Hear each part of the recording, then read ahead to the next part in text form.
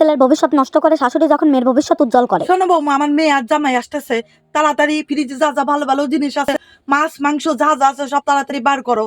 আর আমার বাবুকে ফোন করো, ফোন করে যেগুলো যে মাছে ইলিশ মাছে যে মাছে ডিম আছে, ডিম মাছের ডিম, ওই ডিম এলা ইলিশ মাছ নিয়ে আসতে কও।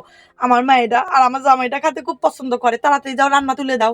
এক ভাগে না কিন্তু, আমার পঞ্চ ভাগে চাই। যাও যাও তাড়াতাড়ি যাও, বসে থাকে না, যাও। আচ্ছা মা, ঠিক আছে।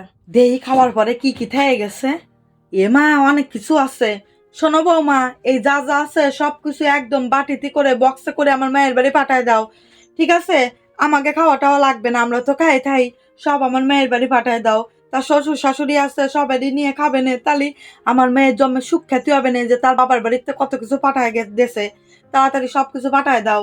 কিচ্ছু জানো, কিচ্ছু তো বানা একদম সবকিছু সুন্দর করে পাঠায় দাও। আমাকে তো খাওয়ার দরকার নেই, আমার মেয়েদের ভালো করলেই আমরাই ভালো থাকবো, তাই না? সব পাঠায় দাও। হ্যাঁ মা, ঠিক আছে, আমি সব গুছাই দিচ্ছি। আমার মেয়ে ফোন করেছে, তাকে বাড়ি নাই কি অনুষ্ঠান, এই জন্য নাই তার শ্বশুর শাশুড়ির শাড়ি পাঠানোর নিয়ম। আমাকে বাড়িতে নেই, শাড়ি পাঠানো লাগবে। তুমি তোমার ফোনটা দিয়ে আমার বাবুরি কল দিয়ে দাও দিন, আমি সুন্দর দিয়ে শাড়ি নিয়ে আসতে কই। আবার তুমি কিরাম তুমি কলি কমতে কম দামি শাড়ি টাড়ি কিনে আসতে কবানি, তাদের আমার দ্বারে দিয়ে দাও, আমি করছি। তোমার বিশ্বাস নেই আমার, আমার মেয়ের হিংসা করো না তুমি। আচ্ছা মা, ঠিক আছে, আমি আপনার ছেলেকে ফোন করে দিচ্ছি, আপনি বলেন, ঠিক আছে? আপনি বললেই ভালো হবে। শোন না খোকা, তোর বোন ফোন করিল, জামাইয়ের ব্যবসা নাকি লস গেছে, কিছু টাকা লাগবে, তুই কিছু আমাকে টাকা দে তো। কিন্তু মা, টাকা আমি কোন জায়গা থেকে দেবো? আমার হাতে কোনো টাকা নেই তো। না খোকা, নেই বললে হবে না, টাকা দিতেই হবে। তুই একটা কাজ কর, ওই যে তুই কিছু কিছু করে টাকা জমাস না, ওইখান থেকে তুলে দিয়ে দে।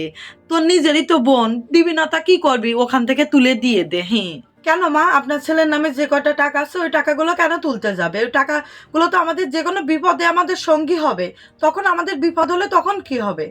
আর আপনি আপনার মেয়েকে তো কম দেননি, তার বিয়েতে সবকিছু তো অর্ধেক অর্ধেক করে দিচ্ছেন, আর এবং বিয়ের পরে সবসময় তো দিতেই আছেন দিতেই আছেন।